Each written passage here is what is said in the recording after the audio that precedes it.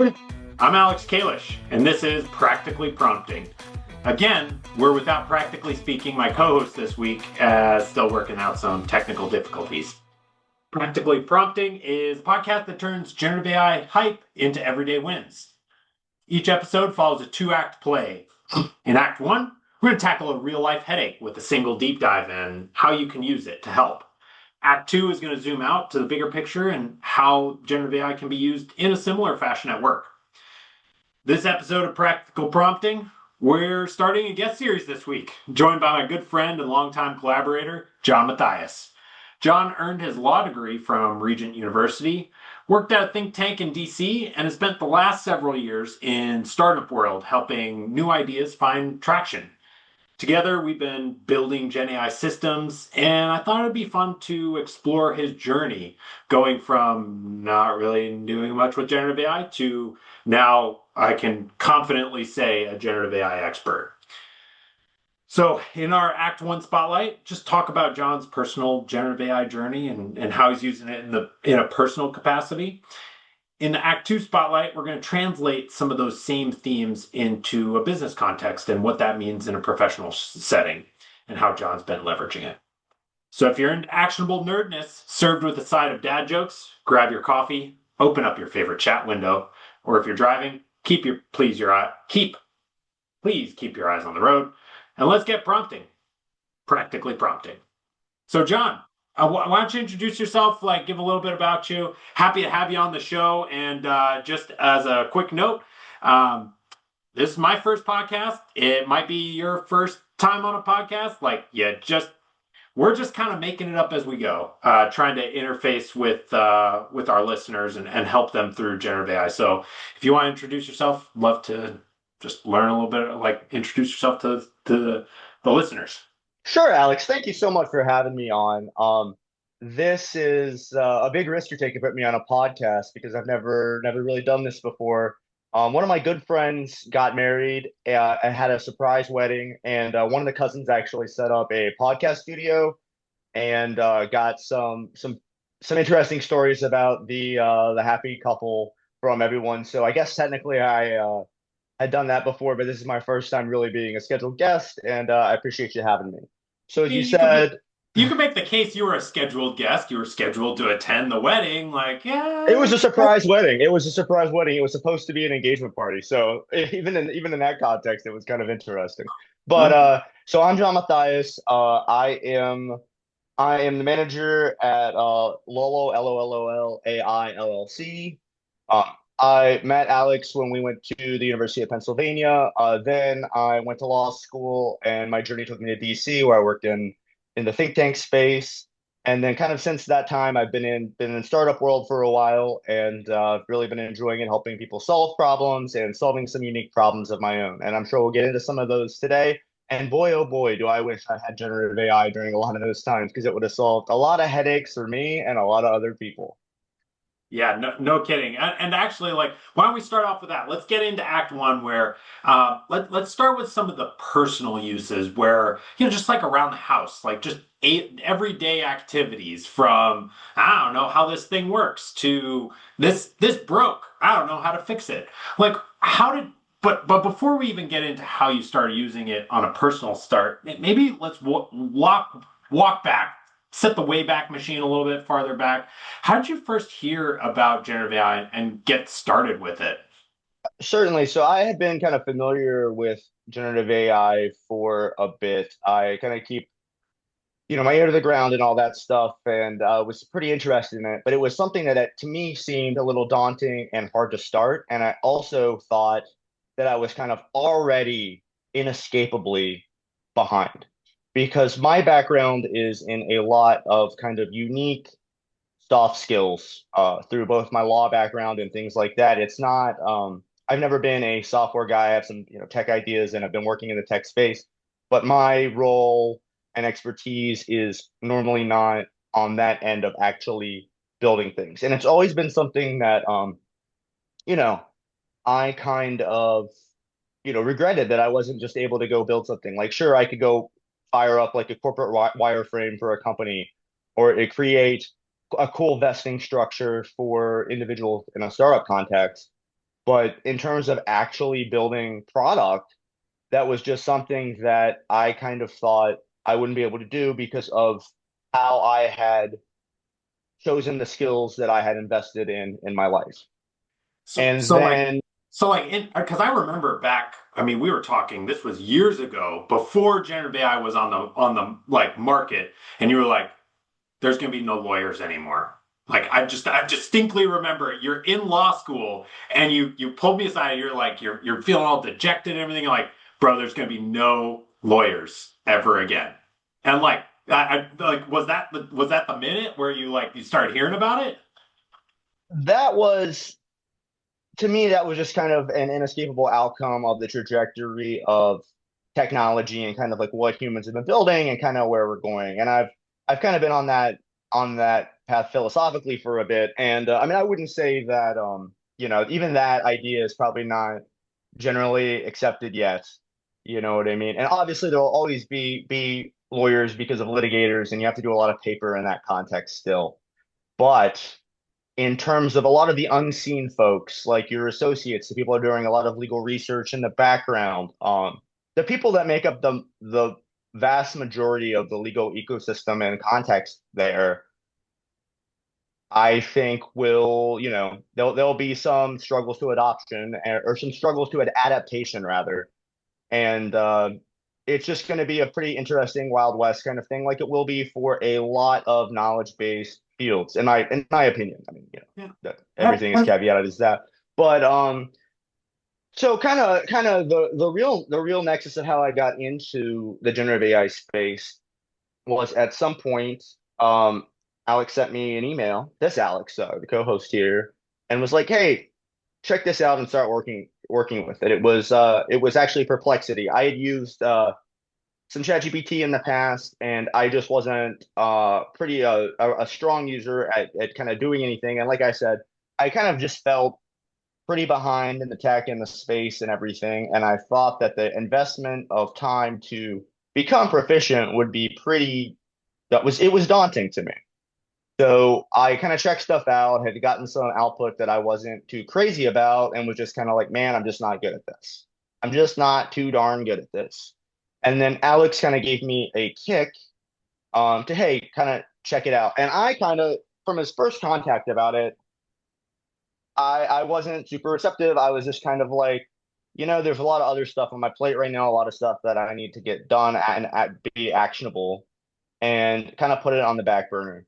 And then maybe it was maybe 2 weeks after that, he challenged me again and was like, "Hey, really, just kind of get started with this and try asking just a question a day, and then maybe try to start asking 3 questions a day after the first maybe day or two, and just kind of see what you think."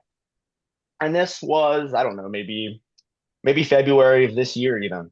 And so I follow Alex's advice because he's been the strongest thought partner I've had professionally and in a friendship context in my life. And I wanted to, you know, at least give him that I wanted to check it out because if I didn't, even though I didn't believe that I could really be productive in this context, I wanted to try. So I did. And at first I was doing just some really simple, questions on Perplexity and just kind of like, Like hey, what? I knowing, Like what's an example? So like sure, I'll like come with a paint the few. picture. Paint the picture. Like what were some of the first questions you asked like Perplexity? So yeah, of course. Me and my wife like to cook a lot, and we do a lot of cooking together and kind of enjoy food. And one of the first questions I had was to how do I do a sauerkraut and kind of kimchi recipe fusion? Like how could I make a sauerkraut kind of kimchi? And got an output from that was pretty fun. And then I was kind of like, okay, so I see there's some more context here in terms of applicability. And then I believe there was a day when I had started, muscling up to just trying to do just 3 prompts a day, which isn't, a high ask. But at the startup phase, when that flywheel is you're priming that flywheel, it is a lot. And I'm sure for a lot of listeners out there, even thinking about 3 things to ask a day is a lot. But I remember one of the days was I just kind of wanted to try something kind of fun with my third question. Um, so to go a little bit here behind baseball, Alex and I have both liked games a lot in our lives, and that's something that had kind of united us when we first met is that we like to play games and we'd play games together. Normally, like, board games, card games, not so much the video games kind of thing. And I was like, hey, here is an interesting card for the game Magic the Gathering, a game that I've played pretty much my whole adolescence and adult life. Play a lot less, these days and everything, but something I like to play a little bit here and there. Hold on, And I hold was on. like, Let's kind of, let's let's take a step back and make sure that the people that understand Magic the Gathering, they understand John's a blue guy. He likes playing blue. I like playing green. All right. So that's just an important context for what's coming. And for those that aren't familiar with Magic the Gathering, they're just very different play styles and they have like different types of decks. So anyway, keep going. You had this yeah, for card. sure. So the biggest thing to know about Magic, if you're not a Magic player, is just there's a lot of cards out there. I don't know how many unique cards there are these days because the release cadence is so high. But I'm just going to estimate between maybe like 30 and 50,000 unique cards. I'm sure Alex is running the query here in the background. Um, that would be about my estimate. So, and these cards can interact with each other in a lot of different ways. So I wanted to build a deck with a specific card. And I was like, hey, how would you make this deck? And it did a really, really good job for this unique, specific niche hobby interest of mine. And I couldn't believe it. It was like, hey, I have like, I don't know, 25 years that I've been playing this game. And you gave me all of this stuff that I wouldn't have even considered and did a fantastic job on something that if I was trying to build this deck would take me, it was for Commander, it would take me, you know, days to think about even, the cards. I think that's being kind of underselling it, the amount of actual time to It's think about it's the way not all the just cards interacted. It's not And just it it's not just thinking though, because like you have to like there's a bunch of cards. There's 27,000 according to 27,000. Okay. ChatGPT, like Yep. or more, like not including reprints and whatnot, Sure. like 27,000 unique cards. And so to find out things, and again, like you could probably guess that about a fifth of those, maybe like maybe at least a tenth, are all in the colors that you would be able to use. And so you're talking about 3 to 5 thousand cards to look through and be like, which ones interact properly. And so it's not just like thinking about like, I mean, are the best at mental magic and just memorizing cards and having it locked away in that brain of yours, but actually figuring out which ones are the right ones to think about, like searching online to be like, where are the ones that would do the synergies and the play the way that you wanted to. And so you're saying that all of this was done in like how long did it take you? 35 to 60 seconds probably at the time. And the deck was a really good start. And it had all of these ideas that I wouldn't have even thought about or put into it. And keep in mind, this is me at the very, very beginning of this journey where my prompt was not not good. Not good. It was, like make me deck with this card. And so me not being optimized at all in Gen AI use, got an output that I knew how long it would take me to do this, to find the cards and do the research and put the thing together. And I was just like, oh wow, this is a very niche hobby interest, and it saved me, maybe 100x on time, probably much greater than that. Let's just use that as an example, two orders of magnitude. And that's when I was like, wow, it's not just all of these other things. And then also, I mean, another big thing was using it pretty quickly after that. I was like, that was kind of a light bulb moment for me. And then I was like, all right, how do I start using this for some workflow stuff? And then going and looking at, I know how long it takes me to, craft some legal papers or something like that. Craft some. Oh, hey, getting ahead of ourselves. That's Act Two. We'll talk about like Okay. how you start applying this into the business context. But so your aha moment was really kind of sounded like that switch from this is kind of a toy, this is like I'm not sure about this, I'm feeling far behind to whoa, this is pretty cool. This is like 100x on my time right now. And it was something that you're good at. that you Yes, know that's how I could about, see the like a value because hobby. it's so niche. It's And such a niche interest, and it was well, around such a niche little card it's to, it's hobby that that yeah. you're good at, that you have done for years, that you enjoy, and being able to have a analysis that, and like actually like the amount of time that it would have taken to get something functionally similar being so wildly different than what was up on the screen, that like really drove home the point of like, wow, this is really cool. So then can you kind of articulate how, like, after that aha moment, how did you start using it differently in a personal setting? Like what are some of the things that you started finding yourself asking more about in like a personal everyday setting? Absolutely. So I just started using it for more and more things. And Alex, I'm sure as any listener to the podcast knows, has a AI first mentality that I kind of just jumped with pretty early on once I saw the value. And the kind of prompt, or not prompting structure, but the kind of the adoption structure rather, that I kind of advise folks in, my personal life for, with somebody who's wanting to start generative AI use, not necessarily in a professional context, but it's like, hey, start asking a question or two a day, then maybe get up to like three, four, five a day. And at some point, you're going to get curious enough and have enough stuff that you're using all of your requests on a platform. And then at that point, pay for the platform, get that first, entry level entry level subscription for it, and just kind of go nuts, go wild. And there's been, a lot of people that literally do that same journey, and it can be everything. I mean, it's I've solved some really unique things in the home context too, kind of like what Alex was alluding to earlier. I don't know if that's in part two that we want to jump into that, or if we want to jump into some of that now. Yeah, like from a personal perspective, I mean, it's kind of like what are some everyday uses that you find yourself doing now? Like, from decision making, maybe journaling, meal planning, like just things around the house. Like, what are some tangible, practical uses that you found by just starting to ask the question? Like, going to generative AI and be like, let me ask a question and see what happens. No, absolutely. So, just kind of in an everyday context, like I was able to use it for like working out and eating all that type of things, and to gain weight, like I was trying to do, and all that type of stuff. It was super effective there. But something just to kind of give you like a little quick example of one is, it was my wife and I were kind of like we're on vacation staying with our folks at their place, and the power went out. They have a generator that automatically kicks on and everything.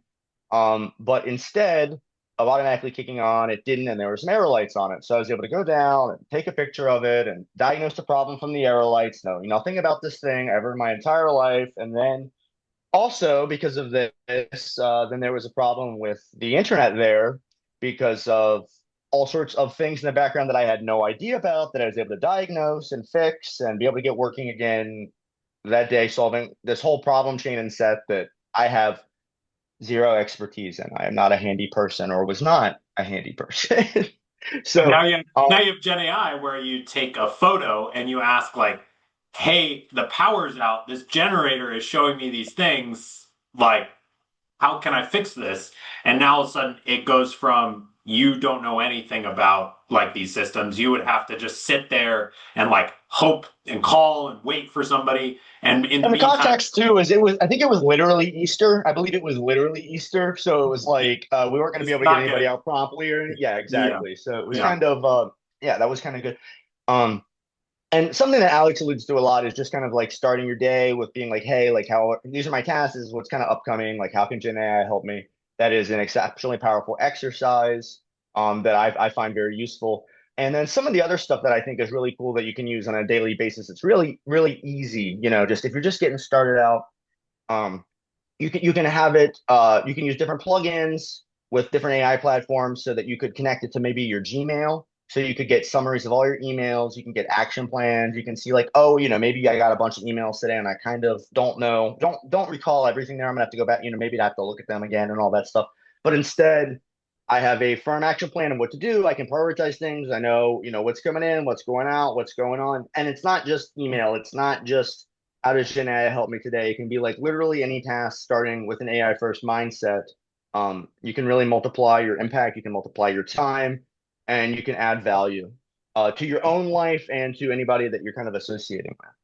And so I mean, sounds like there's like couple different ways that our listeners might be able to take kind of from your journey is first of all trying just like one prompt a day, like, and what I mean by that is like could just be any question, ask it anything, like could just be a passing, like you instead of asking a partner, like you just ask Gen AI that same question and see what the answer is. Then once you do one a day for a couple days, go to three a day and try to find maybe a hobby or something that you're familiar with and ask it an open-ended question about that topic and see like what kind of output you can get from like how would Gen AI help me in this case, or can you perform this thing that I would have to do with my hobby.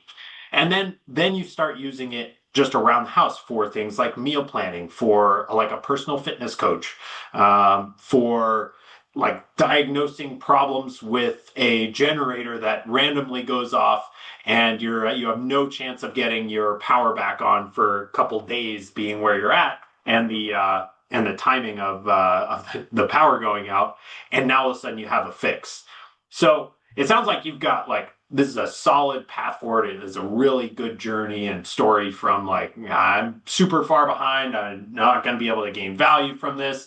I need too much expertise in it to, oh, I get it. Like I can use this. This is not hard for me to get started with.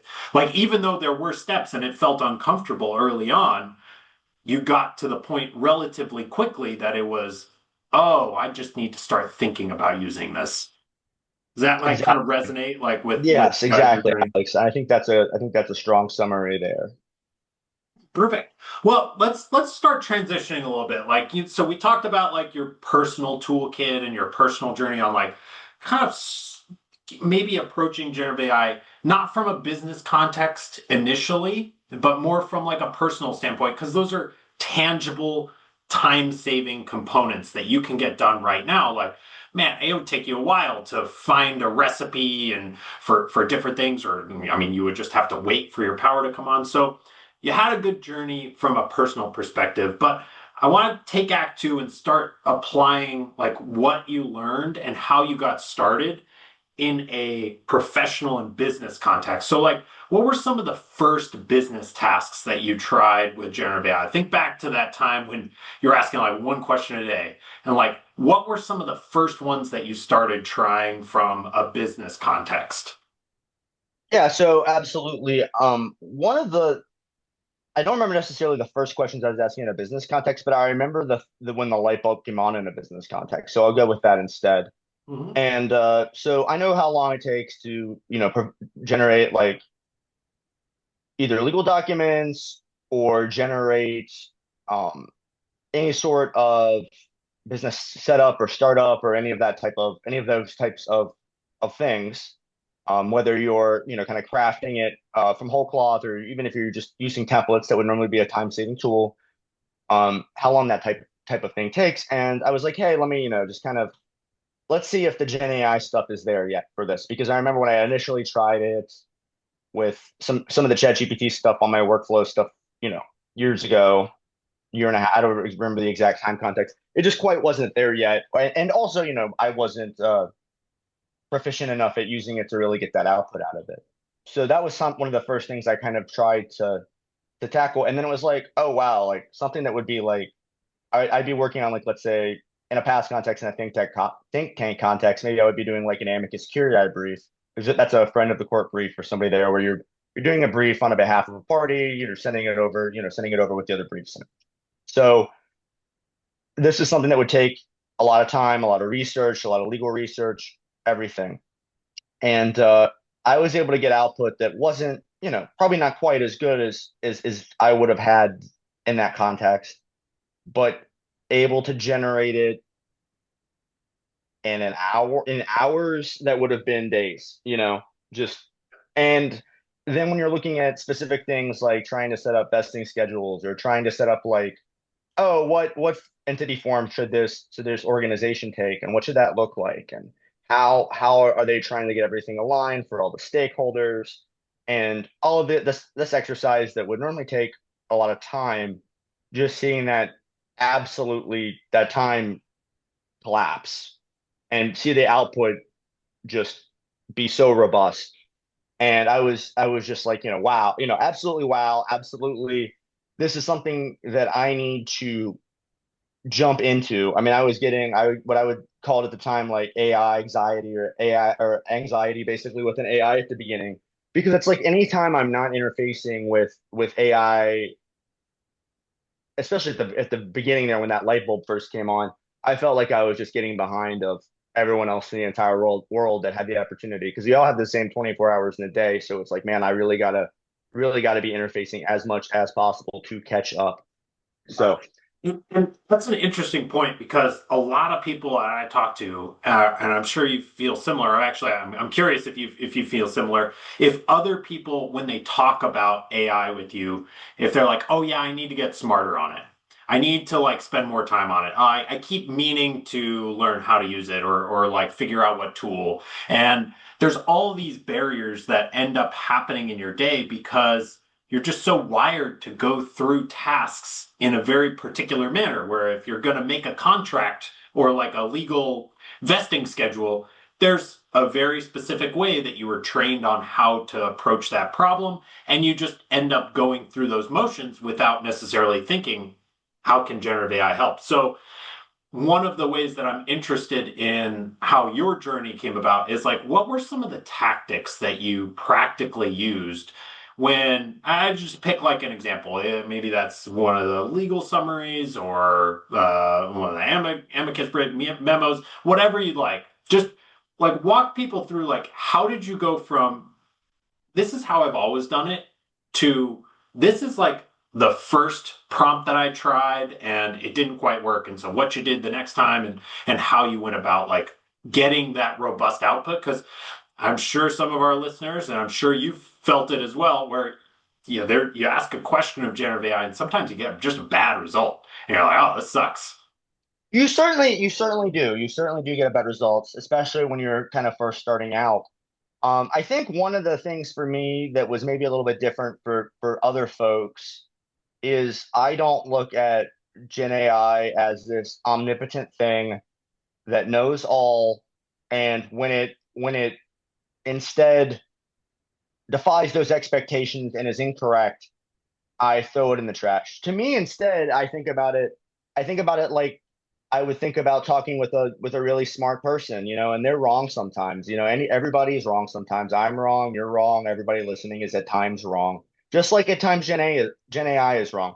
But you have to be able, if the more you're prompting in a more effective way, you're going to get better output. And another example here is I've used, I wrote a blog post about this, but I likened AI usage and output kind of like playing a guitar. Like the Gen AI system itself is the guitar, and if I'm playing it and I'm getting some really bad output, the music sounds terrible.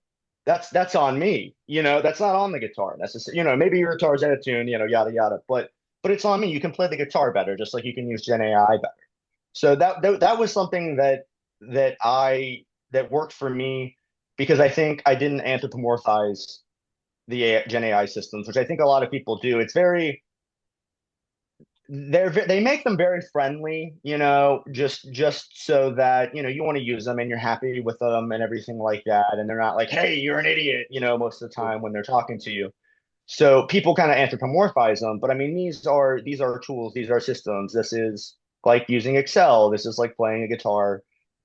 This is, so I think that kind of mindset and framework was really effective for me, in particular. So that mindset like helped you kind of make sure that if you got a bad result from your initial ones, it wasn't well, it just clearly can't do this. It was how can I learn to play it in this way? Like a guitar can play Exactly. classical music, can also play slasher, like, screamo. And it matters like how you're approaching it. So like if a legal brief is like a classical piece, I'm not saying that against it, and don't take that for anything beyond just what the metaphor is. But like, if you're trying to play that guitar and it's not getting you what you're looking for, what were some of the techniques you used to actually like learn to play the guitar better, learn to play generative AI better in one of those contexts? Like what were some of the techniques you used,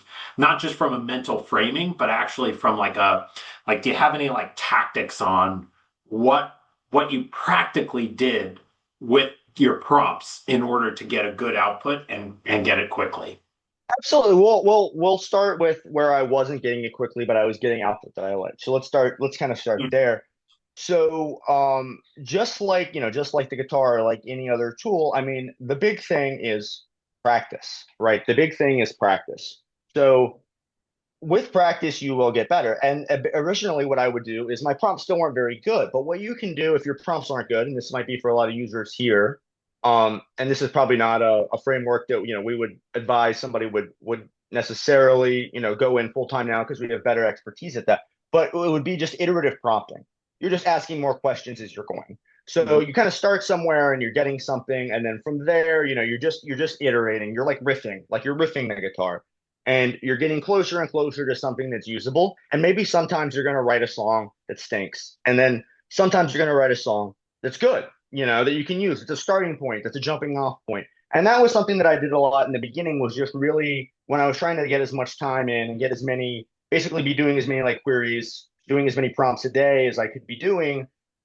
I wasn't yet at the point where I had been capping that out. So I was trying to have the best prompts I could have from the get go and have the most effective prompts. It was more just about getting time on task, right?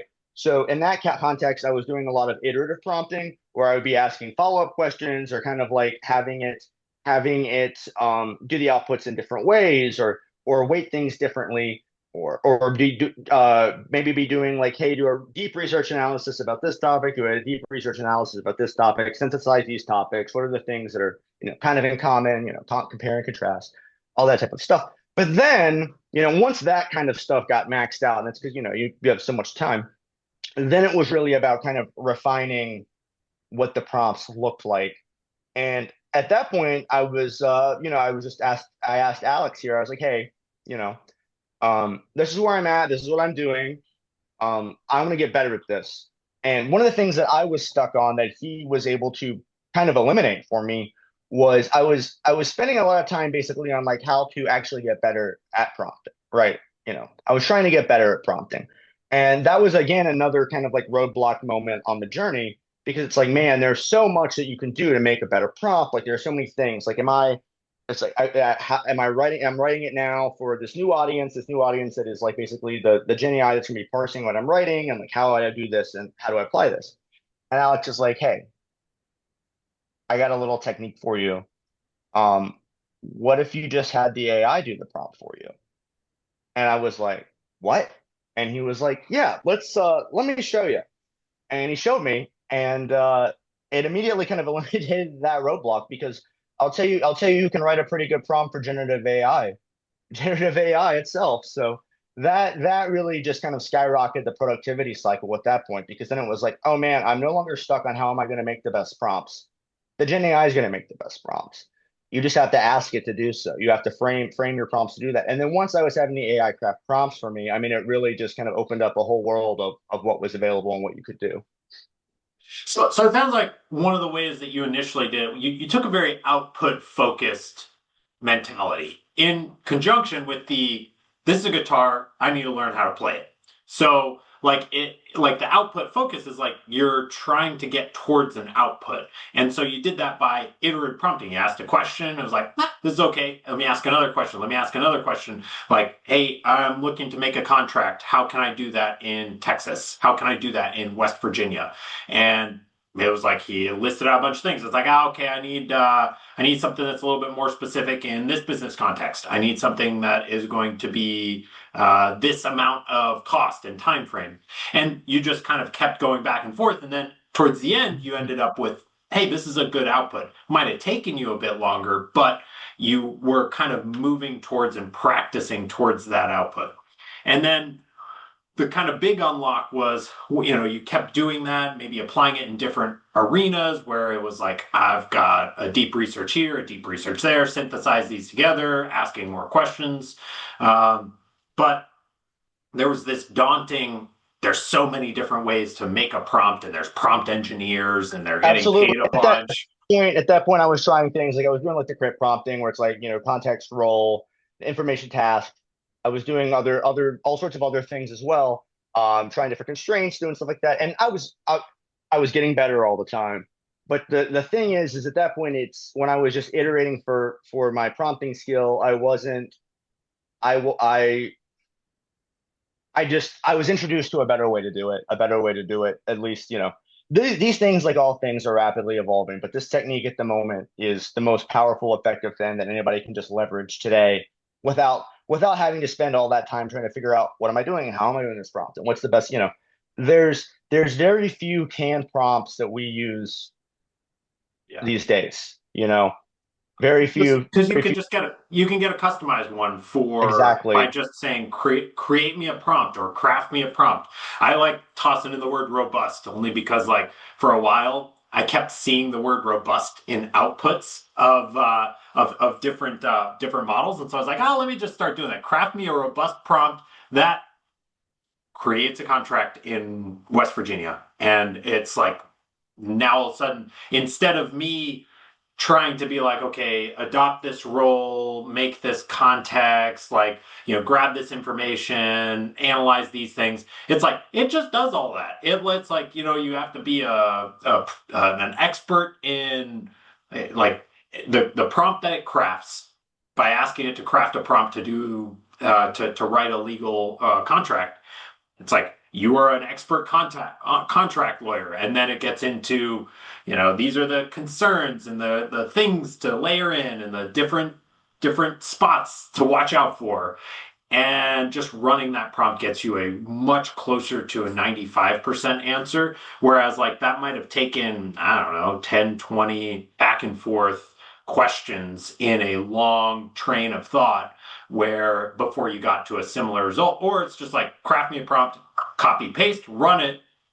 And now all of a sudden you have functionally about the same, but you've spent so much less time writing a prompt yourself and thinking through it, or going through the motions of a bunch of iterative prompts where there's a time delay associated with like, okay, got to read this, got to write a new one, got to wait for the response, and now all of a sudden you just get it in the span of like two prompts, prompt me a prompt, and then run that prompt. Absolutely. Mhm. This has been a fantastic piece. I do want to give us a quick closing for our listeners. So, if you had one piece of what listeners should do today to add value in their own Gen AI journey, what would it be? My advice would be to just get started. Just getting started is for a lot of folks, and it was for me, I know, the hardest thing. Just getting out there, starting it, and just kind of seeing where you go. But if you just get started, everything is just really, really open-ended in what you can do. It can be applied to almost anything because you're leveraging basically like the collective of human knowledge that has been collected, and humans are pretty smart. We're pretty smart, especially in aggregate. Maybe you have opinions about individuals, but in aggregate we're pretty smart. So that would be one of the things. And another thing that I would say too, especially as these Gen AI systems get better and better, is to one of the little thought techniques that I like to use is I like to think about Gen AI as a genie sometimes, which is kind of funny, Gen AI genie. But what I mean by that is it's a genie and you can wish for anything. So you can wish for something very small. You can wish for it to summarize a meeting, or you can wish for it to, maybe do some emails for you, or etc. Right? You can make really small wishes, but you can also make some really big wishes, and sometimes the genie will deliver, even if you don't think it can. So that's something that I just want to kind of maybe do a tease on or something. But I have made some really large, really cool, really big projects and had some fantastic results from wishing for big things that I did not think would have been possible because this is powered by human imagination. It's the human imagination that is getting behind there to play that guitar. So if you're leveraging your imagination and you're just getting started, I think those are some places that I would highly recommend you start. So, I mean, it sounds like you're kind of a walking brand advertisement for both Nike and Disney. Like you blend those together, and you've got Gen AI Genie in a bottle. Well, this has been great, John. Thanks so much for the discussion, the pointers. It was great having you on. I'm sure we're gonna get time again to talk through some of those bigger wishes that you alluded to. But before we go, are there any websites or best ways to get in contact and chat with you about like some of your experiences if our listeners are interested to sync up, learn a little bit more? Oh, absolutely. So here's what I'll be plugging today. You can go to www.lollai.com. That's the website for Lolo AI LLC.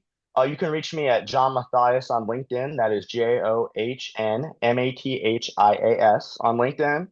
Or again, J Mathias at loloai.com. That is JMathias at LOLOLAI.com. Alex, thank you so much for having me on today, and I really appreciate it.